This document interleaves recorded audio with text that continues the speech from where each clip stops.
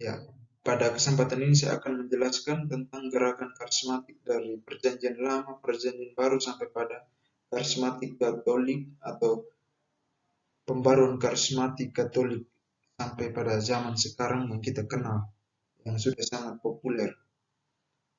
Dalam beberapa kesempatan saya bertanya kepada mereka yang sangat bergelut di bidang karisma atau dalam bidang karismatik. Saya seringkali bertanya kepada mereka apakah gerakan karismatik itu ada juga di dalam kitab suci. Dan mereka juga mengatakan bahwa pertanyaan itu sebenarnya sudah beberapa orang itu bertanya seperti itu karena mereka meragukan kenapa ada gerakan begini begitu. Padahal itu kan tidak ada di dalam kitab suci dan lain sebagainya. Kenapa mereka harus sorak-sorai, angkat tangan dan lain sebagainya. Tetapi sebetulnya gerakan karismatik atau pembaruan karismatik sudah ada di dalam perjanjian lama sampai dengan perjanjian baru. Kalau mau tahu itu kita bisa membahaskan satu persatu sejak zaman Musa sampai dengan zaman kita sekarang. Atau dalam perjanjian baru juga pada zaman para rasul juga ada. Dan dikatakan bahwa sebenarnya munculnya gerakan itu karena persoalan tertentu, yaitu bahwa untuk membangun kedekatan dengan Allah dalam tugas pewartaan, dalam tugas kenabian, dalam tugas pelayanan kepada gereja sendiri. Dan pada kesempatan ini saya akan menjelaskan dalam slide-slide selanjutnya. Yang pertama kita akan membahas tentang pengertian kata karismatik. Karismatik sendiri dari bahasa Inggris karismatik, dari bahasa Jerman charismatische, karisma dari bahasa Yunani yang berarti anugerah, bakat, hadiah, kado, karunia, kemampuan, pemberian, dan juga talenta.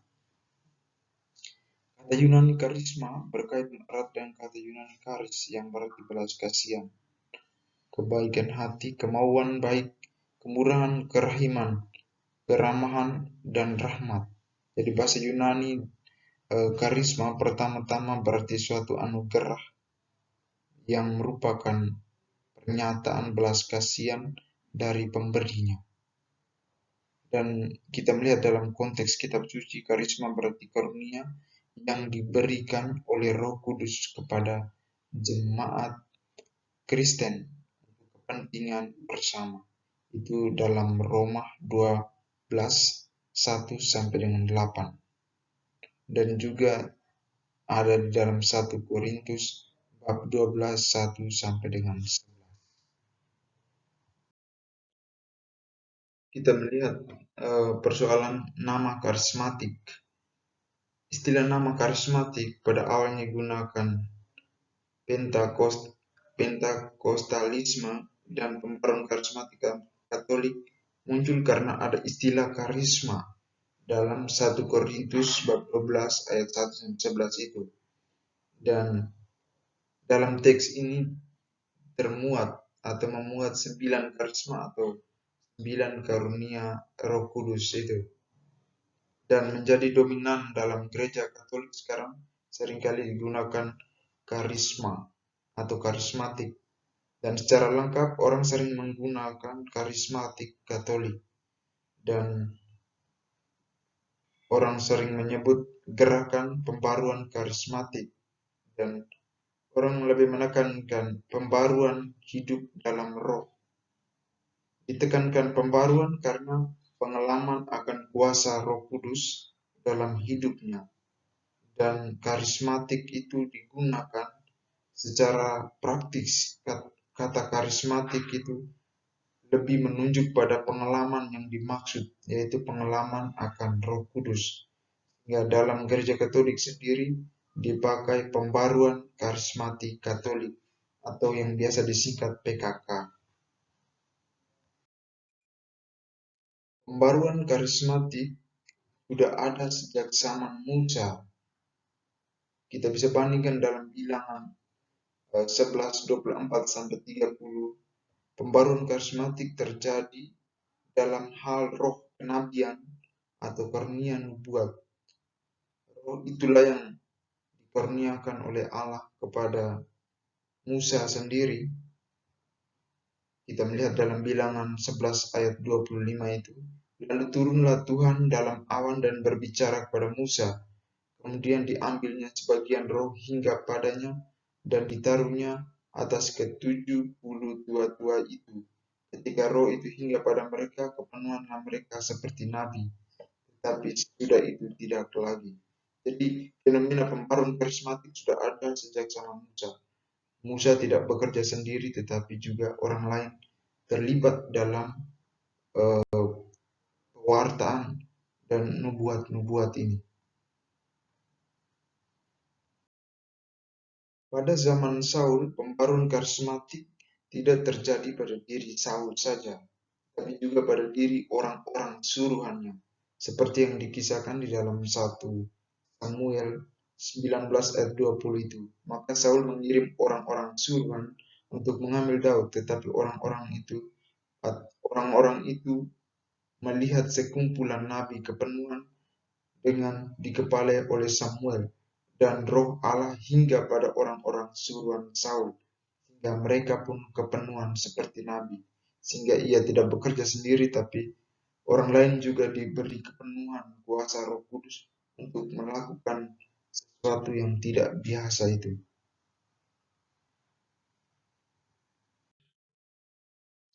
Pada zaman Amos, pembaruan karismatik dalam roh kenabian dan karunia nubuat juga dialami oleh Amos sendiri. Latar belakang Amos yang bekerja sebagai pemungut buah arah hutan dipilih oleh Allah dan dikarunia oleh Allah roh kenabian, sehingga ia menjadi orang yang sangat profesional dalam bernubuat. Lawan yang ia hadapi adalah orang-orang yang memang sangat profesional, sehingga Allah memilihnya untuk mampu bernubuat karena berkat Roh Kudus yang dikaruniai kepada Amos untuk bernubuat. Di zaman Yesaya, dikisahkan dalam Yesaya 61, 1-3 itu, bahwa Tuhan telah mengurapi tirta Yesaya, sehingga Tuhan ada padanya atau hinggap atasnya. Karunia Roh Kudus itu ada di dalam dirinya, sehingga ia tergerak untuk melakukan atau melaksanakan tugas perutusan.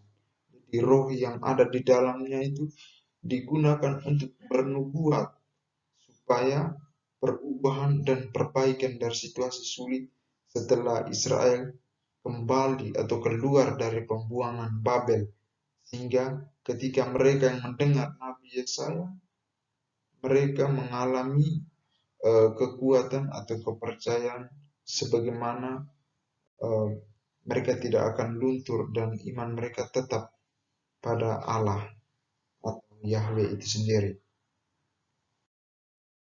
Pada zaman Yesus, karismatik kita temukan dalam Lukas bab 9 ayat 1-6.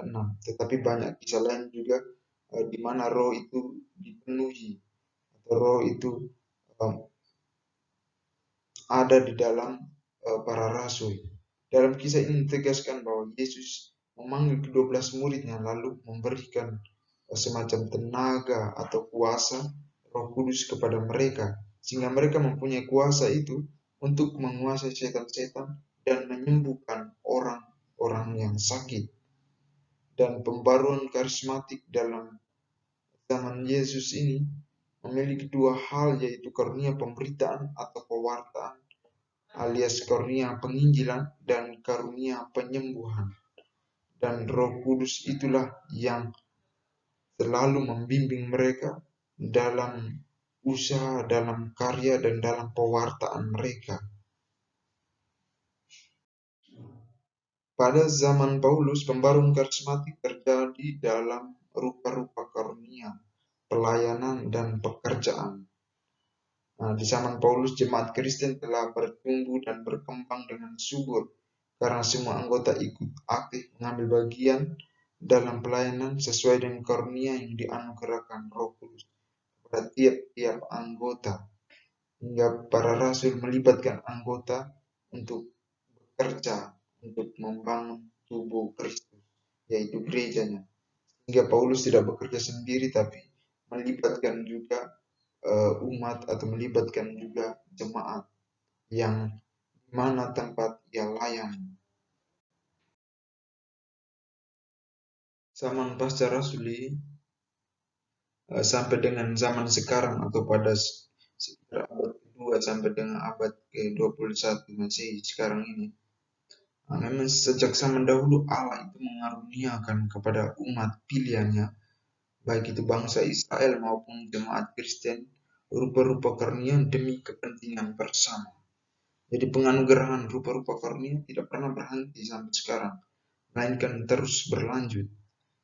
Misalnya dalam gereja sendiri, ketika gereja tenggelam dalam institusi duniawi pada abad ketiga sampai keempat, maka Roh Kudus itu dikaruniakan sehingga orang memperjuangkan hidup doa, tapa dan mati raga, sehingga menghasilkan kebangunan rohani yang luar biasa dan kegembiraan spiritual di dalam diri umat sendiri.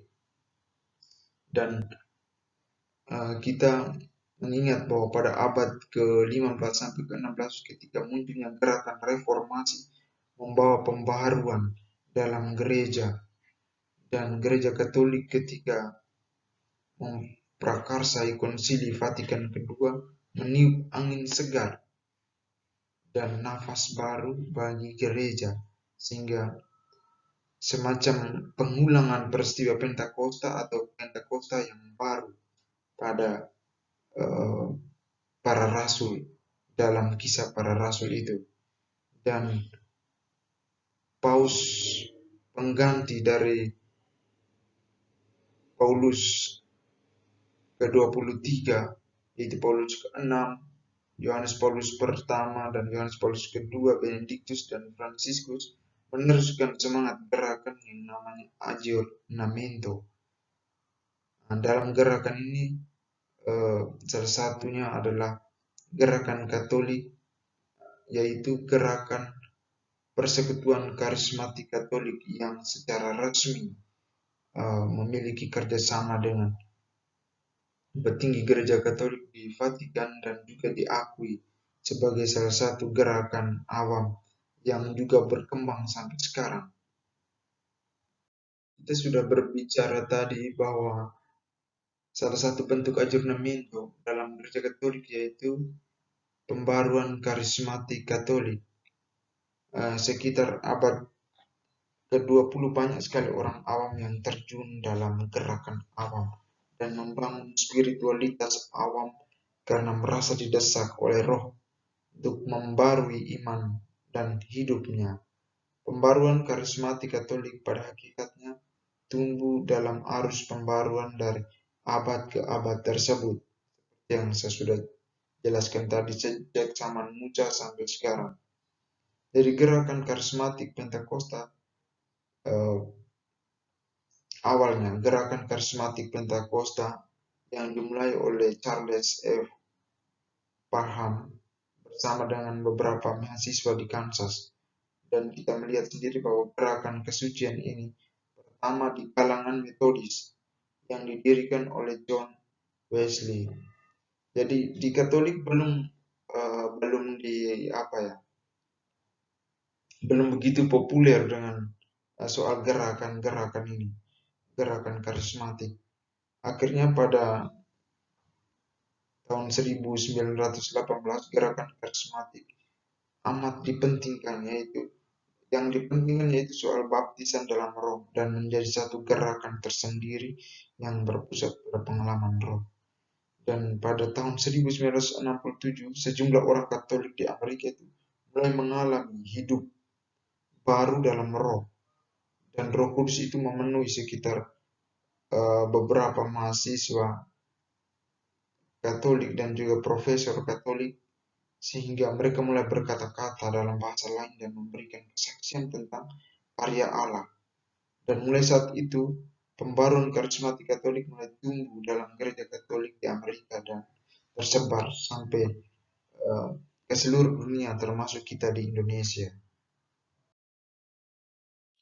Munculnya karismatik di dalam gereja Katolik merupakan anugerah khusus dari Roh Kudus bagi gerejanya, sehingga perlu dijaga soal pembaruan karismatik Katolik ini sesuai dengan kondisi dan kegembalaan dan pastoral, sehingga dapat berkembang sesuai dengan model pertumbuhan pembaruan dalam hidup Kristiani, sehingga terbuka pada kekayaan kasih Allah dalam gereja. Pembaruan karismatik Katolik ini mulai muncul atau masuk ke Indonesia itu tahun 1976 oleh Monsignor Leo Sukoto, SJ. Dia mengundang dua tokoh Yesuit lainnya, yaitu Pastor O'Brien SJ dan Schneider SJ, diminta oleh uskup untuk menyelenggarakan seminar hidup baru di Jakarta, dan uh, secara berangsur-angsur pembaruan karismatik yang dijelaskan atau dibawa oleh dua orang ini mulai berkembang dan bertumbuh sampai sekarang. Dalam karismatik ada yang namanya persekutuan doa karismatik. Jadi mereka sangat mementingkan doa. Dalam doa itu mereka sering mengandalkan Roh Kudus, mengandalkan pengalaman akan Roh Kudus. Dan kita seringkali menonton di YouTube atau kita menyaksikan secara langsung bahwa mereka sangat gembira dan memanjatkan doa-doa secara spontan, atau baik itu pribadi atau bersama, dan memperdalam iman dengan merenungkan firman Allah. Kemudian itu mereka saling menguatkan dan juga sharing pengalaman hidup rohani. Beberapa kegiatan mereka yang khas dalam karismatik, mereka mempersembahkan sesuatu untuk membangun dalam kehidupan bersama, dan ada dalam pujian-pujian mereka seringkali mereka melantunkan lagu pujian dan memainkan alat musik, lalu memanjatkan doa spontan, memberitakan firman, membawakan renungan-renungan, menyampaikan pengajaran, lalu memberikan kesaksian. Mereka lebih mendominasi pada bahasa-bahasa roh, dan juga ada juga yang bernubuat. Dan jika ada yang mempunyai karisma untuk menyembuhkan, maka mereka akan menyembuhkan orang-orang yang sakit. Nah, seringkali kita kalau menyaksikan mereka, seringkali mereka menggunakan tangan mereka, tepukan tangan, lalu ada yang mereka mengangkat tangan, itu mereka bernyanyi sambil mengangkat tangan atau berdoa sambil mengangkat tangan. Itu merupakan hal yang khas bagi pembaruan karismatik Katolik atau dalam persekutuan doa karismatik itu. Mereka semakin sehati. Mereka diharapkan untuk semakin sehati, sejiwa dalam hidup bersama sebagai anak-anak Allah dan anggota gereja. Dalam refleksi saya, gerakan karismatik adalah merupakan salah satu karya Allah yang mendatangkan rupa-rupa kurnia pelayanan dan pekerjaan pada umat pilihan. Dan kelompok gerakan karismatik juga merupakan anggota gereja yang turut bekerja untuk membangun Kristus, yaitu gerejanya. Dan partisipasi kelompok persekutuan doa karismatik sungguh-sungguh membangun gereja dan menunjukkan angin segar dari Konsili Vatikan II dengan caranya yang mengandalkan Roh Kudus. Kita bisa lihat dalam Apostolicam Actuositatem 2-5 dan dalam Actuositatem Actuositatem 6 itu, bahwa Roh Kudus yang diandalkan itu sungguh-sungguh menguduskan gereja, sehingga Roh Kudus itu menghantar gereja pada kebenaran dan dipersatukan dalam persekutuan pelayanan itu sendiri. Setiap orang dipanggil untuk menjadi kudus, dan dikatakan dalam Yeskiel 36:26-27 itu bahwa kamu akan diberi hati yang baru dan roh baru di dalam batin, dan aku akan menjauhkan dari tubuhmu hati yang keras dan kuberikan kepadamu hati yang taat. Oleh karena itu, gerakan karismatik adalah salah satu jalan yang ditawarkan oleh Tuhan kepada gerejanya, agar orang-orang yang percaya itu bermurah hati menjadi tempat bagi Tuhan yang siap berkarya di dalam hati mereka dan dipenuhi dengan Roh Kudus. Gerakan karismatik ini harus sungguh-sungguh membawa orang pada pengenalan akan Kristus dan mempunyai hubungan atau relasi pribadi yang membahagiakan dengan Kristus sendiri. Dan anugerah Roh Kudus ini supaya orang itu sampai pada mengakui bahwa Yesus adalah Tuhan. Karena ketika orang mengakui Yesus adalah Tuhan adalah orang yang dibimbing oleh Roh Kudus. Beberapa kritik saya bahwa karunia bahasa roh dalam ajaran gereja Katolik sama sekali bukan sebagai tanda jaminan yang pasti bahwa seseorang telah selamat atau hidup masih diisi dengan banyak pilihan yang mendukung arah dan proses pertobatan menuju keselamatan akhir. Jadi manusia itu ada kecenderungan untuk berbuat dosa dan lain sebagainya, sehingga ketika kita dikarunia Roh Kudus, maka sebenarnya Roh Kudus itu yang membimbing kita untuk sampai pada tidak berbuat dosa. Tapi ada yang masih melakukan dosa dan hal-hal jahat lainnya, maka ia juga tidak diyakini bahwa dia pasti akan selamat dan lain sebagainya. Dan efek lain bahwa ketika gerakan ini muncul, orang semacam mengabaikan upacara atau peristiwa yang menjadi sumber dan puncak dalam kehidupan gereja, yaitu Ekaristi. Orang tidak akan lagi datang ke gereja dan lain sebagainya, tetapi mereka mencari tempat beribadah lain yang lebih banyak didominasi oleh hiburan, musik, nyanyian-nyanyian, gerakan-gerakan angkat tangan dan lain sebagainya.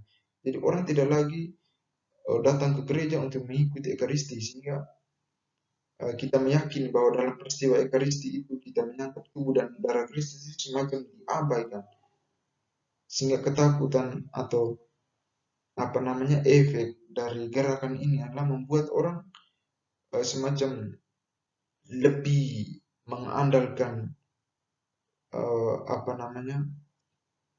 gerakan karismatik ini, di mana mereka akan menerima Roh Kudus dan juga mereka mengabaikan semacam ekaristi atau ibadah dan lain sebagainya, sehingga mereka tidak lagi datang ke gereja secara rutin, tetapi sesekali waktu mereka datang ke gereja, tetapi untuk gerakan karismatik mereka sering pergi dan lain sebagainya. Sehingga